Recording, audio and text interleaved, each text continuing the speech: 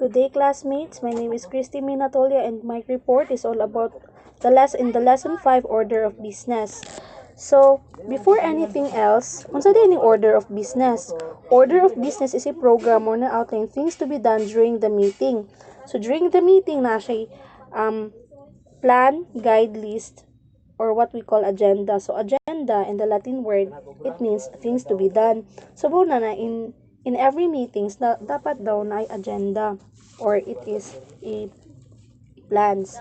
So, ang order of business is a blueprint for meeting and typically has the following components. So, order of business has a pattern. So, ang first pattern niya, classmates, is call to order or what we call opening the meeting or calling the meeting to an order. So, muna siya ang blueprint sa order of business. So, every meeting, classmates, must begun somewhere and have someone to lead it.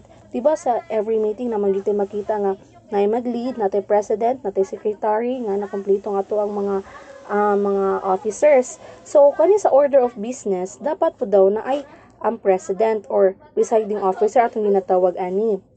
So, muna siya ang mag-lead, ano niya is the presiding officer. So, the meeting begins when the presiding officer or a chairperson calls to order. But before siya mag-call to an order, the presiding officer should never call to the meeting until the quorum is being presented.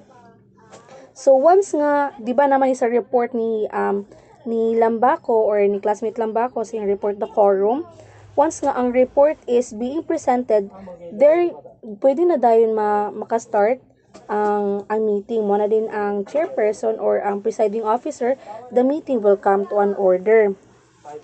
So the next pattern is the invocation and the roll call. So when we say invocation, classmates, mo siya ginatawag nato nga ang opening prayer.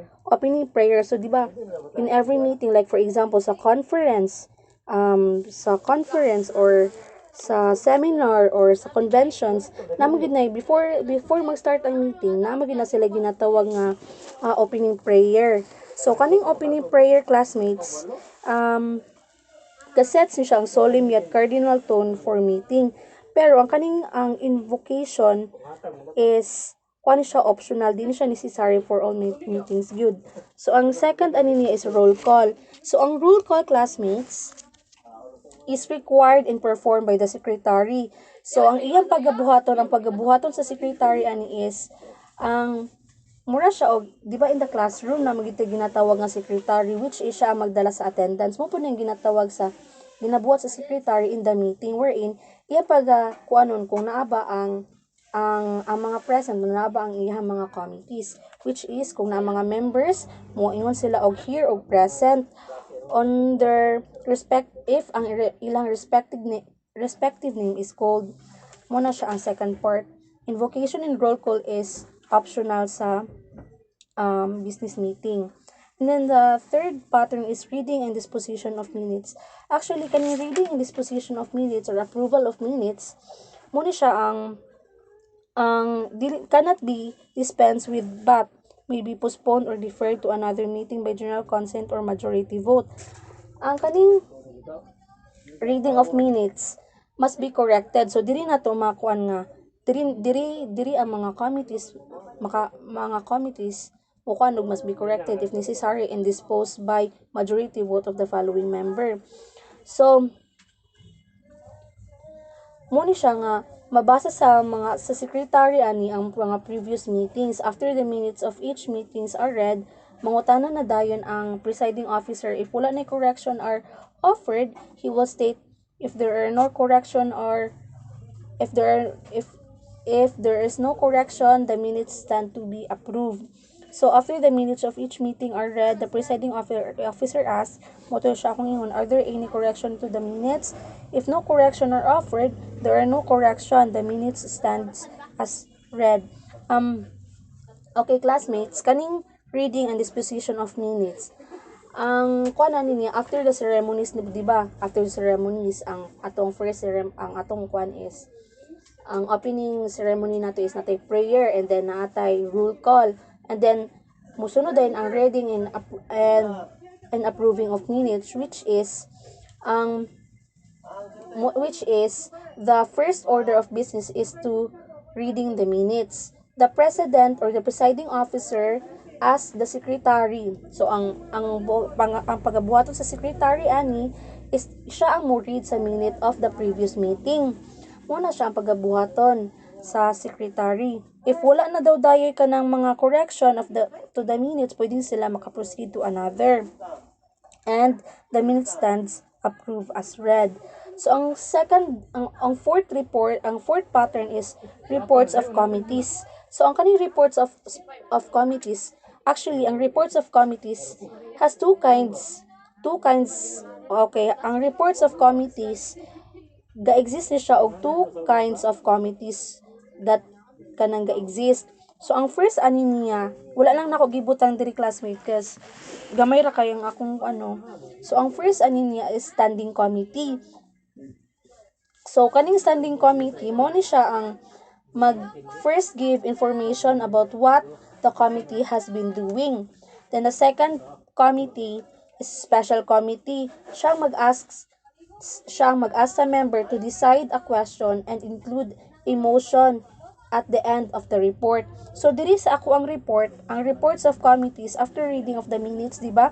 After the reading of the minutes of the previous meeting and the presiding officer calls upon each standing committee in the order it is less sent in the bylaws of the organization to render whatever reports may be ready to make.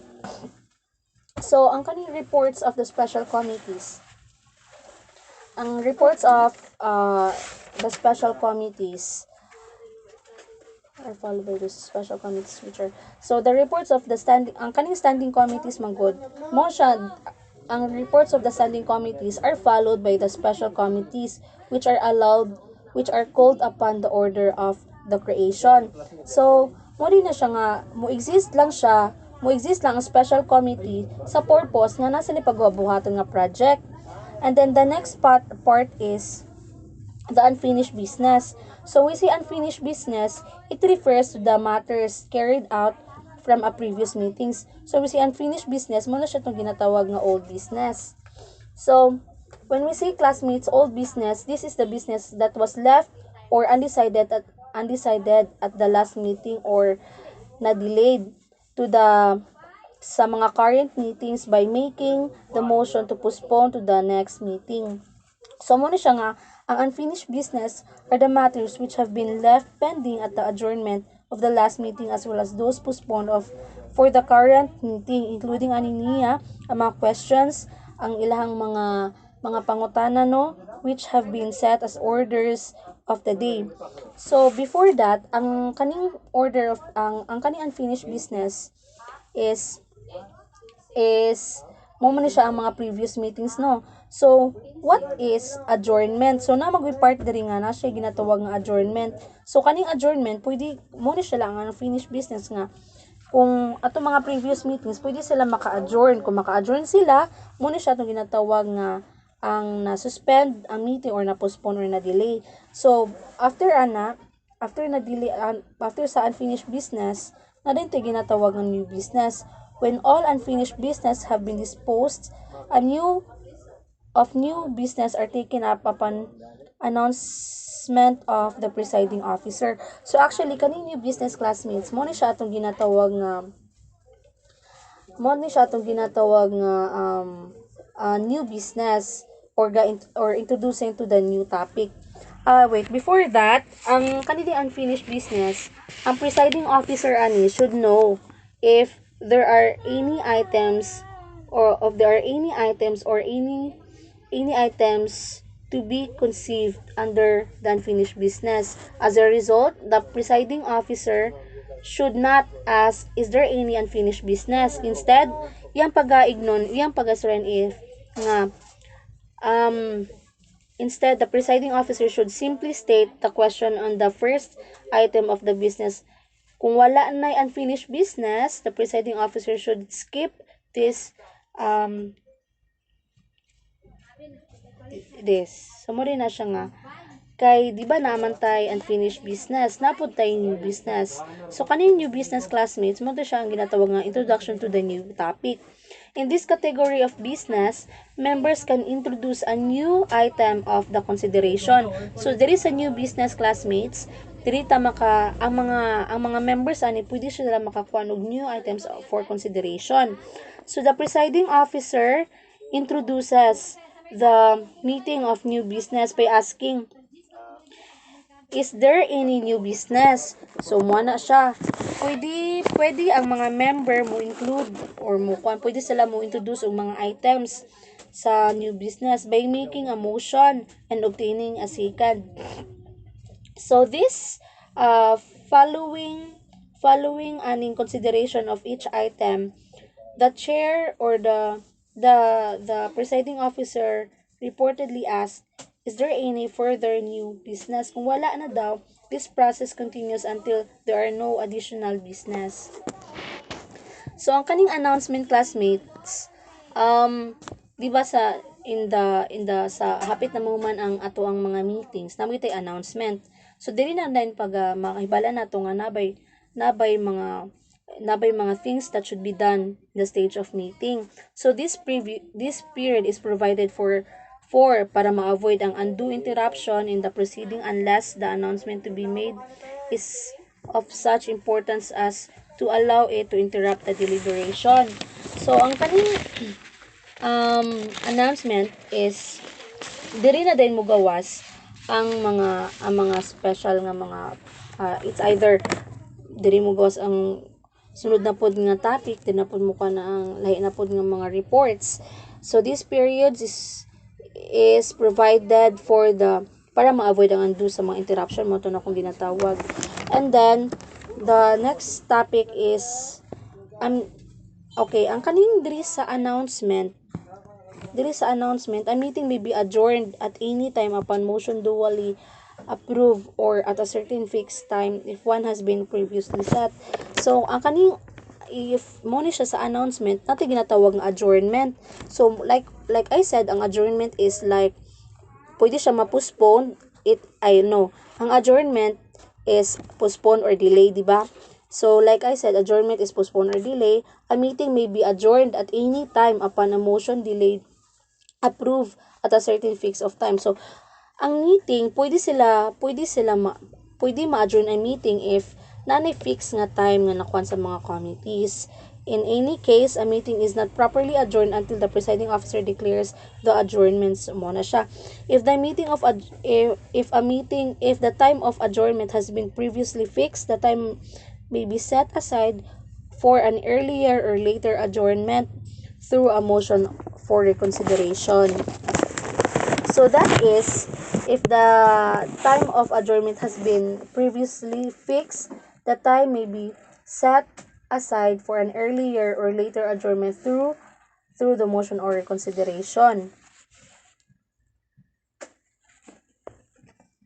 Muna siya nga kung tanan items of the business has been considered, the presiding officer can ask, is there any further business? Muna siya kung wala na day lain mga business, the presiding officer simply states, since there is no further business, the meeting is adjourned. Muna na siya nga. Deviation from order of business. So, closing the meeting. So, what we say, or what do we mean when we say closing the meeting? So, classmate, we say closing the meeting. In the most assemblies, the presiding officer can adjourn the meeting without waiting for a motion to adjourn. If all items of the business had been considered, presiding officer can ask, is there any further business? Like what I said kanina, if there is no response, the presiding officer simply states, since there is no further business, the meeting is adjourned. Muna siya nga, if custom or tradition requires that a motion to adjourn be made, the presiding officer can ask, is there a motion to adjourn? Once a motion is made and seconded, the presiding officer can ask, is there any objection to adjourning the meeting? Hearing no objection, the meeting is adjourned. So that is all part of my report, the order of business. Thank you for listening and God bless. If there is any question, please, pangutan na lang. Thank you.